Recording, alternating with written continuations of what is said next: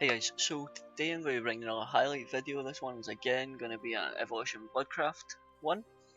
It's a fun deck to play, probably my favourite deck I'm playing right now, and it's done really well for clearing for me today. I'll show you the results from the replay of the games I've played.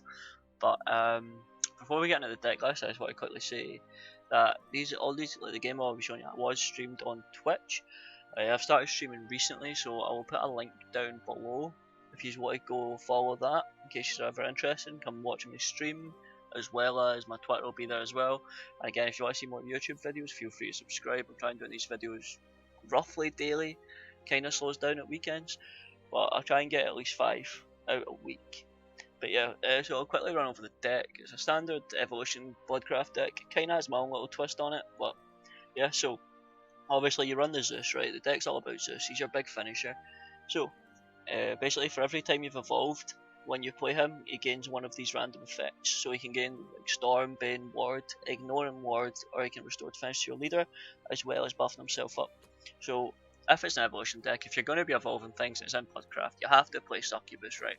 This is my favourite card in the entire game. I think it's absolutely amazing. So it's a 10 mana 6/6 that when you play it, it deals 3 damage to all enemies. And if you have Vengeance activated, you summon 2 serpents and all allied serpents get ward. However, for every time when it's in your hand, for every card that you evolve, it's subtracted its cost by 1, so you can get it to cost like 5 or less. It's amazing. So imagine playing that for 5 mana. It's disgusting. So with that, we'll go into the evolution. So you play Havencraft, he evolves for free if you play him for 5.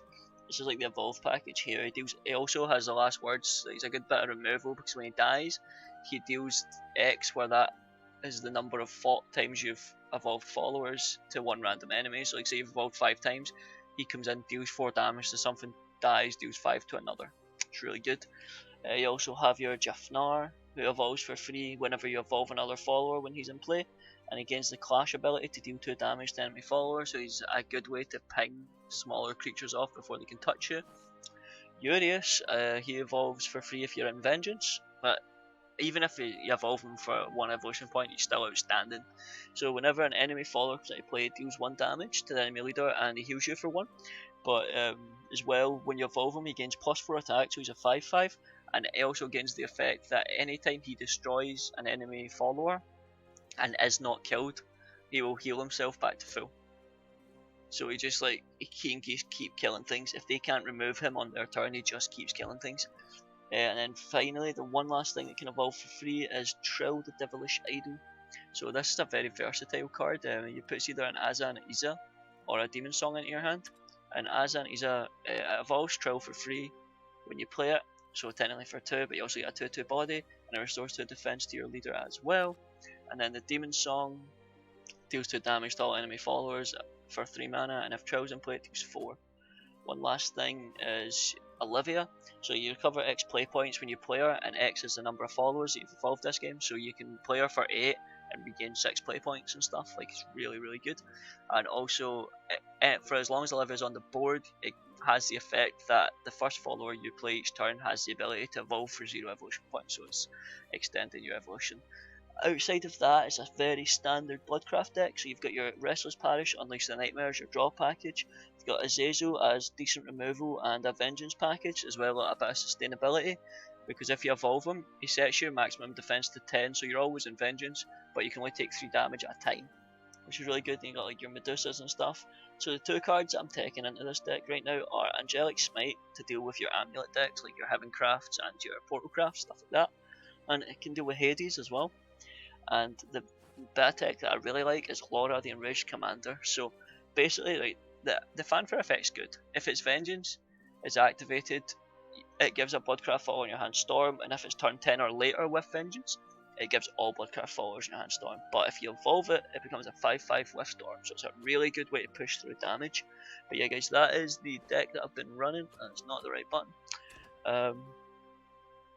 I will show you the highlights now. Firstly, I lost my last 2 games. That was kind of sad. But so it starts. My first game is here. It's bottom one here against Swordcraft. So all of these games I played today, that's like a massive win rate. Like I climbed from like the middle of A1 to like the middle of A2 roughly. So the highlight we're looking for here is this one, I believe. So we'll get into this highlight and I'll show you what this deck can do. But yeah guys, again, if you're interested in watching me, do stream it down below. The link will be down below, streaming on Twitch, as well as subscribe, get more videos. And one thing you can look into is the pre-built decks. I did an analysis video on them and whether or not they're worth buying. So yeah, if you're interested in that, just looking to find some pre-built decks, have a look at that as well. But yeah, so as you can see, our hand's not great at the start. We do have a turn 2 option, but we do have the draw. And see, this is a big problem I've found with this deck, is I always seem to go first. The majority of the games I seem to be going first, and I don't want to be going first. I want the extra evolution point. So what we do is we play out the Havencraft. So this is not a Lana Havencraft. It's, I mean, you'll see what it is, but it's an amulet focused deck. Playing Apollo, which I don't really get, but sure. It's cool, it gives them 2 things, but like it doesn't really matter. So we unleash, we draw 2 cards, we get the Zeus. The Zeus is always nice. Then we trade, so we advance this guy's turn. Here he plays Grimnir. It's like meh. So what we do is we unleash again, turn 4, we get extra things, we trade any card and the bat into Grimnir, and then put the bat in his face. Extra damage. So turn 4, this is the sort of deck this guy's playing. The Imina deck. And this card, I've got 3 of this, I'm tempted to run it as a deck. It's kind of fun, it's kind of weird. It's a weird way to, so what it does is it plays this thing, Totem of Madness, and then Totem of Madness, last word, it's got to count to 2. And if there isn't an enemy Totem of Madness in play, transform a random enemy follower, excluding Imina, into the Totem of Madness, so it just keeps pinging back and forward. But while a Totem of Madness is in play, Imina gets the effect here. When it clashes, it gives -4 attack till the end of my turn, to the end of the opponent's turn. So it's really good. It just kind of keeps never getting removed. So he's got amulet countdown reduction stuff here. He gets his Jafnar out and evolves this, so it evolves Jafnar as well. He can ping away things. This pings away the Bane, and then this can trade into whoever it wants. It's -4, you know what I mean? This thing's really hard to remove. So we've got a turn 6, we burn a card, that's fine. We play out the Blame and the Jafnar, and we evolve the Blame. It's fine, it's not great, but decided it was the right answer. We take the Illcat, of course. The Illcat is versatile, and then use Jafnar to ping here, because my clash triggers first. And then Medusa gets the damage in. So this idol totem's about to take one of my guys at the start. It's his next turn, it's going to take over one of my guys, but he reduces his countdown, so it kills my Jafnar. Like, it's a really weird deck to play against to try and figure it out, you know what I mean? Like, figure out what's going on and how to stop it. So turn 7, what we do is we play the Havencraft here, and we run it into the 5/3.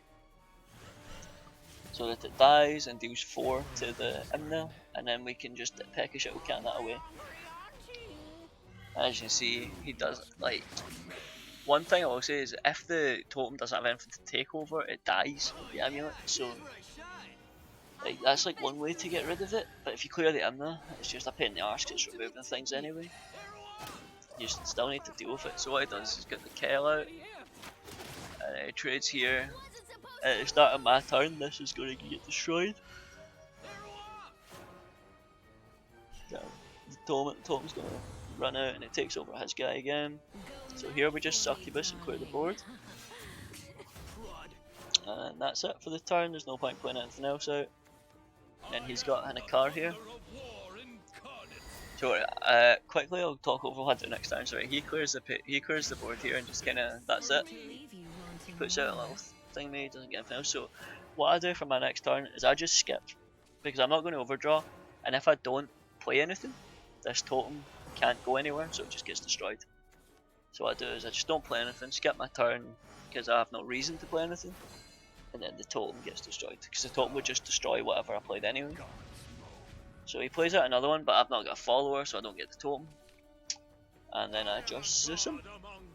And as we all know, Zeus is a lovely boy, but what he decided to do was heal me and then not buff himself up. I believe he healed me 3 times. So I think I remember checking this and I had evolved 5 times or 6 times. And he just heals a bunch and I didn't need the heals, you know what I mean? I don't want healed. So what he does, he trades that in there and decides to go face with Zeus, which is just a misplay here. He should have just traded Zeus's and he had board control. So I just Angelic Smite that away, swing with the Zeus and play out the Destructive Succubus for lethal. But yeah, I thought it was interesting because this deck kind of rising up in popularity. So coming up against it, I decided I'd get the recording of it and show you guys. And you guys can have a little look at it. I think I played against that deck fairly well there. But that'll be it for the video, guys. Thanks for watching, and remember, links will be down below if you want to follow me on Twitter or Twitch, and subscribe for more content.